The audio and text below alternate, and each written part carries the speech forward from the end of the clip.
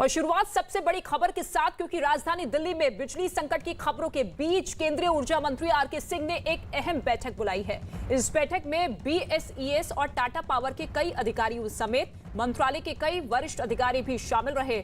इस बैठक के बाद केंद्रीय ऊर्जा मंत्री आरके सिंह ने दिल्ली सरकार के आरोपों पर पलटवार किया और भरोसा दिया कि दिल्ली में बिजली संकट और कोयले का संकट नहीं होगा। इतना ही नहीं, उन्होंने दिल्ली सरकार पर बिजली के मुद्दे पर राजनीति करने का भी आरोप लगाया। केंद्रीय ऊर्जा मंत्री आरके सिंह इस वक्त हमारे साथ हैं। सर, दिल्ली में क्या ऊर्जा संकट हो सकता है, कोयले की कमी हो सकती है? दिल्ली सरकार ने अंदेशा जताया है, चेतावनी भी दी है। अरे साहब, बिल्कुल नहीं। ये सिर्फ पॉलिटिक्स कर रहा है। चिट्ठी प्रधानमंत्री को लिखते हैं, प्रधानमंत्री को मिले इसके पहले प्रेस को दे देते हैं। तो साहब, बिजली के साथ पॉलिटिक्स ना करें। है क्या तथ्य जानते नहीं? है क्या कि हमारे पास रिजर्व है, अगर कहीं दिक्कत है तो आप ले लीजिए। हुआ क्या कि इनका एक गैस बेस्ड प्लांट है, अब उसका करार है गैस के लिए गेल से जी। अब वो करार समाप्त हो रहा था तो गेल ने एक नोटिस भेज दिया कि फलाने तारीख से हम गैस का सप्लाई बंद कर देंगे। आपने ये करार को रिन्यू क्यों नहीं कराया? आपका प्लांट है। गेल को भी ये नहीं भेजना चाहिए था। गेल को कहना चाहिए था कि अपना रिन्यू कर ले, लेकिन गैस का सप्लाई जारी रखना चाहिए था। तो जारी यही हमने आज बुलाया था। जितने यहाँ डिस्कॉम्स हैं उसके सीएमडीज, गेल के सीएमडी को बुलाया, हमारे ये पावर के सेक्रेटरी, एडिशनल सेक्रेटरी, एनटीपीसी सभी को बुलाया था और हमने समीक्षा की। तो हुआ क्या, ये मैसेज आया गेल से। उसके बाद इसी पर चिंतित होकर के ये टाटा पावर के सीईओ ने एसएमएस भेज दिया कंज्यूमर्स को कि हो सकता है कि हमको लोड शेडिंग करना पड़े। अरे ये भी फुलिशनेस है। एक प्लांट है कुछ 100 मेगावाट, आप उससे लेते हैं, अब वो ऑफ हो जाएगा तो आप लोड शेडिंग करेंगे? आप ये नहीं मालूम कि हमारे पास रिजर्व है? और नहीं मालूम है तो आप ये मिनिस्ट्री ऑफ पावर में आप संपर्क कर लेते, डायरेक्टर से, एडिशनल सेक्रेटरी से, सेक्रेटरी वो बता देता कि रिजर्व है साहब, वहाँ से ले लीजिए। तो हमने पुल अप किया उसके सीईओ को। ये अटरली फुलिश मैसेज आपने कैसे? लेकिन मूल स्थिति यह है कि हमारे पास दिल्ली के लिए रिजर्व है और किसी भी परिस्थिति में यहाँ पर लोड शेडिंग नहीं होने दी जाएगी। अगर कहीं पर समस्या आता है तो हमको तो बताएं। तो हमने वैसे गेल के सीएमडी को कहा है कि किसी भी परिस्थिति में कहीं भी वो गैस का सप्लाई बंद नहीं करेंगे। अगर कहीं पर उसका जो करार है वो अगर रिन्यू नहीं हुआ तो हमको बतावें, कंसर्न स्टेट को हम पुल अप करेंगे कि रिन्यू करो, लेकिन तुम सप्लाई बंद नहीं करोगे। एक तो ये हमने कहा। दूसरा, ये हमने इन लोगों को कहा कि कोई दिक्कत होता है तो पहले आप साहब बताइए हमारे ये मंत्रालय को कि क्या दिक्कत है, और फिर हमारा मंत्रालय करेक्टिव एक्शन लेगा। तो इन्होंने कहा कि नहीं, तो हमने तो ये कहीं पर कहा नहीं कि ये प्रॉब्लम है। कोई प्रॉब्लम है भी नहीं, क्योंकि हमारे तो पास कोई प्रॉब्लम नहीं है। जिस तरह से अरविंद केजरीवाल की सरकार ने बताया है उस तरह की कोई भी समस्या नहीं है। ऐसे ही महज आशंका जताई गई। ये उन्होंने आशंका जताई है। देखिए, है क्या, 4.5 दिन का स्टॉक मेरे पास है ना दिल्ली के लिए, पूरा एवरेज, हम देश भर का एवरेज बता रहे हैं। और हमको प्रतिदिन जितने खपत होती है कोयला उतना हमको रेक आता है प्रतिदिन। 275 रेक कल आए हमारे पास। हमारा रिक्वायरमेंट है 1.75 मिलियन टन, माने कि 17.5 लाख टन प्रतिदिन हमको उतना रेक से आया था। ये 4.5 दिन का हमारा रिजर्व है कि अगर कहीं पर कुछ इंटरप्शन हुआ तो इस रिजर्व से लेंगे। ये रिजर्व हम रखते हैं।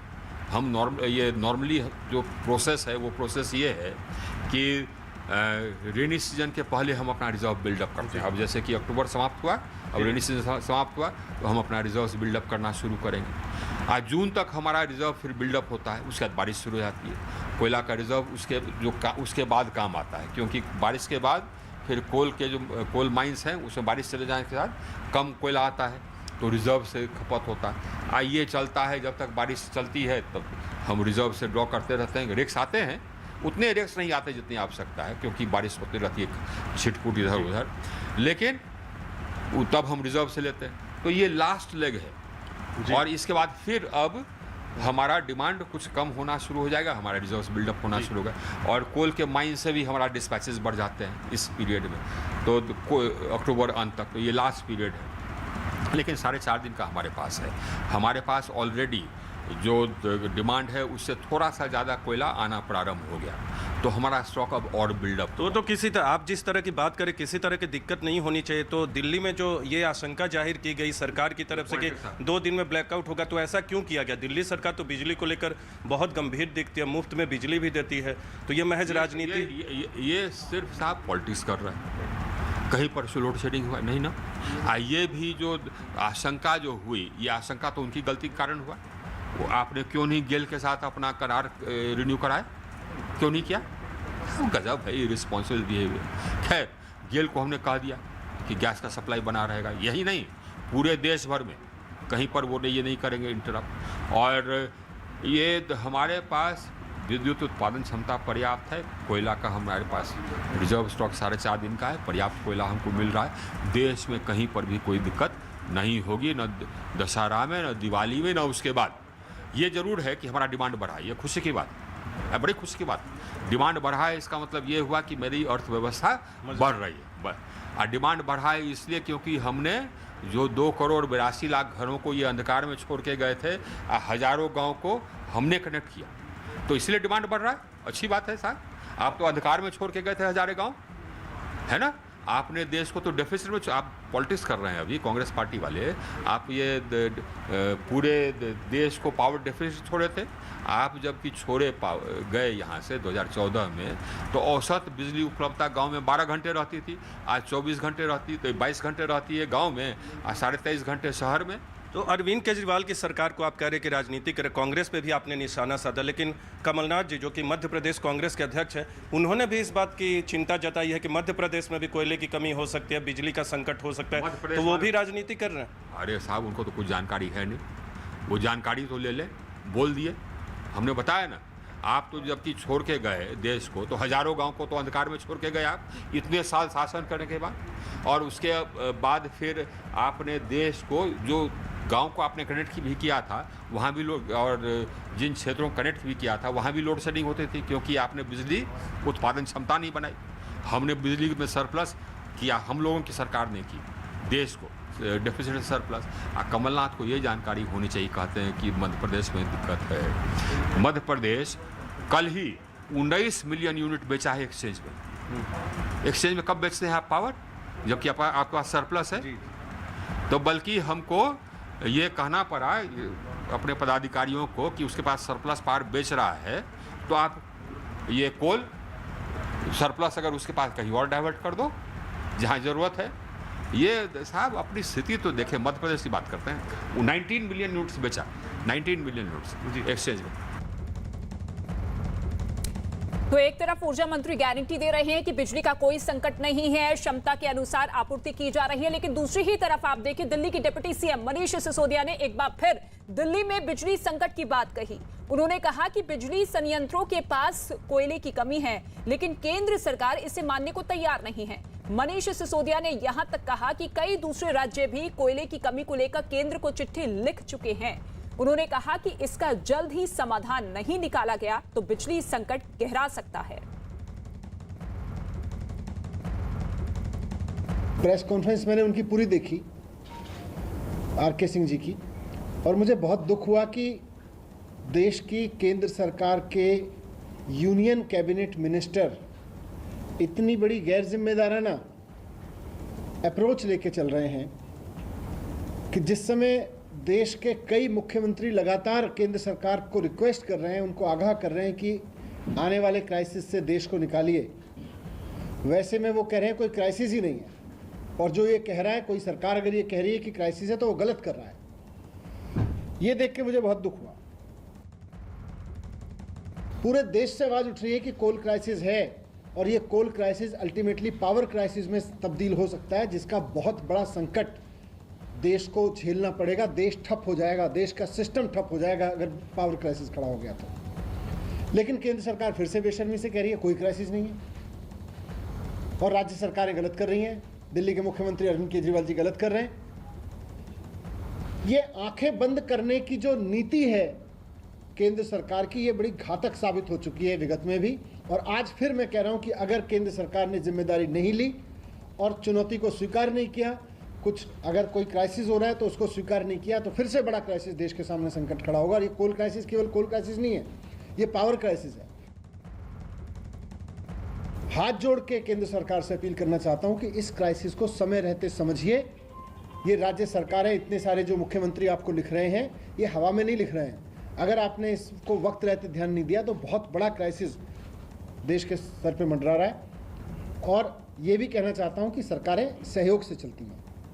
सरकारें इस चीज़ से नहीं चलती हैं कि राज्य सरकार अगर कहे कि क्राइसिस है तो आप बोलो कोई क्राइसिस नहीं है, बंद करो, बकवास कर रहे हो। इससे नहीं चलती हैं सरकारें। थोड़ा सहयोगवादी रवैया लेके चले केंद्र। अगर देश के सामने कोई क्राइसिस आ रहा है तो राज्य सरकारों और केंद्र सरकारों को सबको मिलकर उसका प्लान बनाना चाहिए।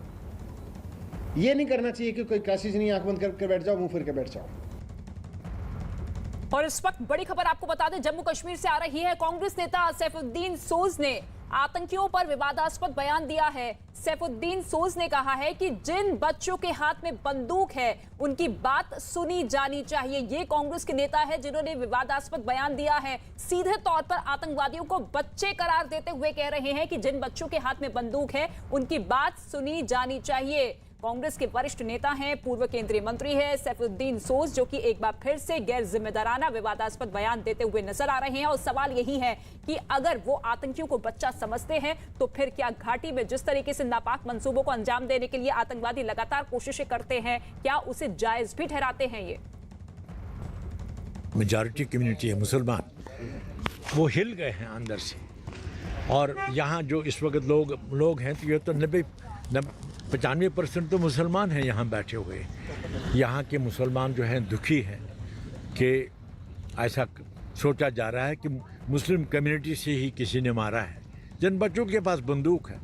लेकिन हकीकत यह है कि उन बच्चों को भी कुछ कहना है, उनकी बात सुनी जानी चाहिए।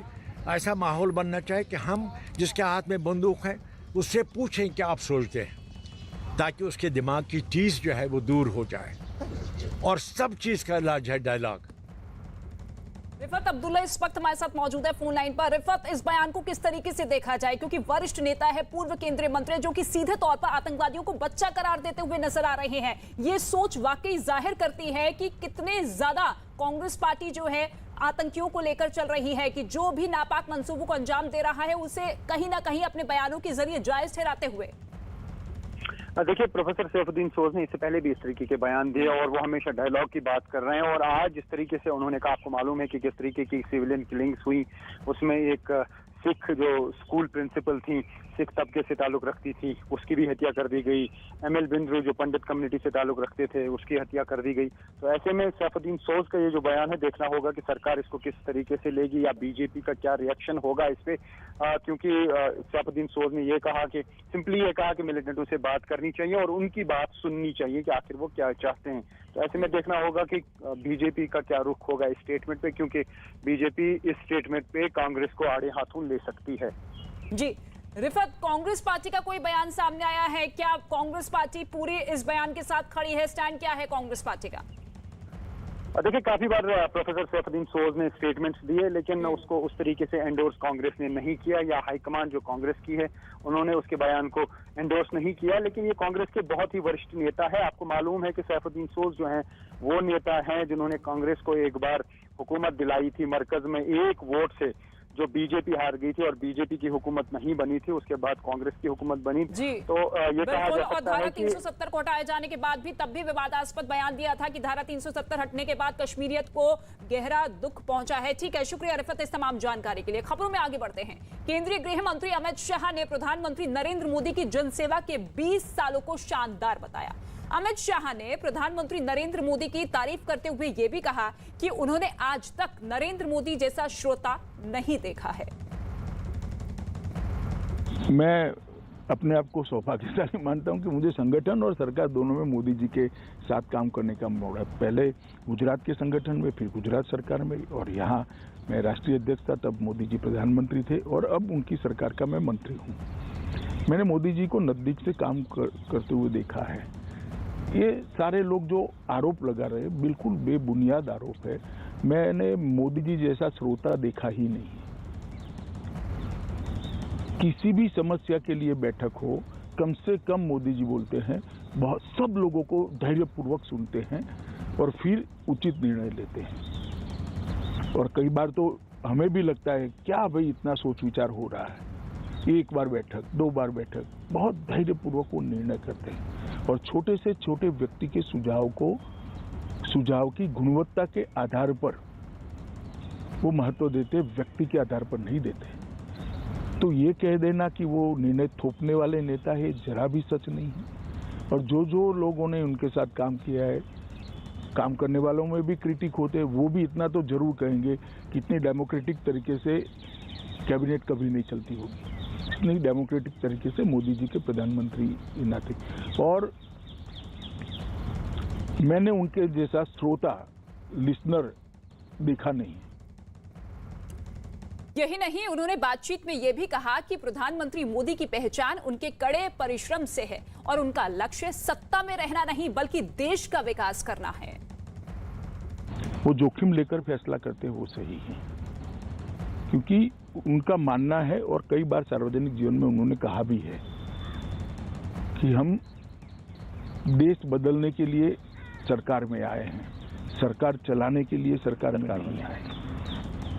हमारा लक्ष्य देश के अंदर परिवर्तन लाना है। 130 करोड़ की जनता को विश्व में, दुनिया के सबसे बड़े लोकतंत्र को विश्व में एक सम्मानजनक स्थान पर पहुंचाना है, जो जबकि पोटेंशियल सालों से यहाँ पड़ा है। हमारा युवा धन पश्चिम और अमेरिका की ओर न जाता अगर ये फैसले सालों पहले हो गए होते तो, जो आज हो रहे। मैं किसी का क्रिटिसिज्म करना नहीं चाहता, मगर वो इसलिए नहीं डरते हैं कि सत्ता में बने रहना लक्ष्य नहीं है, जो चलता है उसको चलने देना, आराम की जीवन जीना भी लक्ष्य नहीं है। एकमात्र लक्ष्य है भारत प्रथम, इंडिया फर्स्ट, ये लक्ष्य लेकर वो चलते हैं। भारतीय जनता पार्टी में आने के बाद का उनका पहला कालखंड एक दृष्टि से बनाए तो वो संगठनात्मक काम का था। दूसरा कालखंड उनके मुख्यमंत्री के, उनके तत्वाधान में गुजरात में वो मुख्यमंत्री रहे और एक काम हुआ। और तीसरा राष्ट्रीय राजनीति में आकर वो प्रधानमंत्री बने। ये 3 हिस्सों में उनके सार्वजनिक जीवन को बांटा जा सकता है। ये तीनों बेहद चुनौतीपूर्ण अपने आप में रहे। जैसे जब उनको भारतीय जनता पार्टी में भेजा गया, वो आए, संगठन मंत्री बने। उस वक्त भारतीय जनता पार्टी की स्थिति खस्ता हाल थी। गुजरात कोई पहले से भारतीय जनता पार्टी के अनुकूल राज्य रहा नहीं था। हम सब युवा कार्यकर्ता थे, कोई भविष्य नजर नहीं आता था।